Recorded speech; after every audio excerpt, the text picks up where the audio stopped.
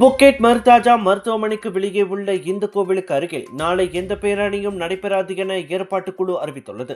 சப்ராங் பிராய்த்தங்கா மாவட்ட போலீஸ் தலைவர் ஹெல்மி அரேஸ் மற்றும் ஸ்ரீதேவி முனீஸ்வரர் கோவில் நிர்வாகத்துடன் நடந்த கலந்துரையாடலுக்கு பிறகு அத்திட்டம் ரத்து செய்யப்பட்டதாக சர்ப்ளஸ் பினாங்கு நலச்சங்கம் என்ற அரசு சார்பற்ற அமைப்பின் தலைவர் சோபியான் முகமது ஜைன் தெரிவித்தார். சமூக ஊடகங்களில் அக்கோவில் குறித்து வைரலான பிறகு அங்கு சென்று நிலவரங்களை காணவே நாங்கள் திட்டமிட்டோம்.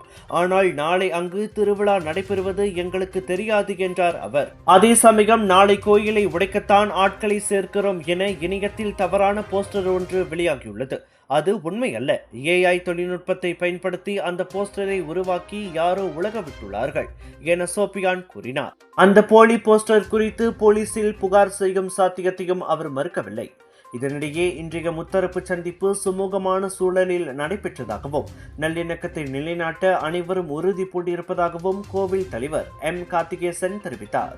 இந்நிலையில் எவ்வித தடங்களுமின்றி நாளை பக்தர்கள் திருவிழாவில் பங்கேற்கலாம் என்றார் அவர்.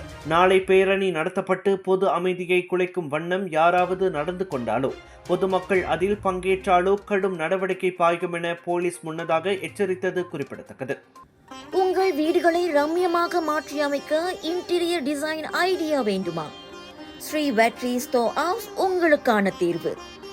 இல்லத்தை தனித்துவமாக மாற்ற இந்திய பாரம்பரிய கலைகள் அடங்கிய பல ரகத்திலான மரச்சிற்ப வடிவமைப்புகளுக்கான ஒன் ஸ்டாப் சென்டர். உடனே அழையுங்கள் ஸ்ரீ வெற்றி ஸ்டோர் ஹவுஸ், மாசாய், ஜோஹர். உங்கள் பயணம், நிகழ்வு, கனவு. RD Mystics Global Travel and Events எல்லாவற்றுக்கும் ஒரே தீர்வு. உல்லாசம் மற்றும் வணிகம் சார்ந்த டூர் பேக்கேஜ் முதல் கார்ப்பரேட் ஈவென்ட்ஸ் வரை உங்கள் தேவையை சொல்லுங்க, அனைத்தையும் நிஜமாக்குகிறது RD Mystics. இன்றே தொடர்பு கொள்ளுங்கள். உங்களின் அடுத்த பயணம் எங்களுடன் தொடங்கட்டும்.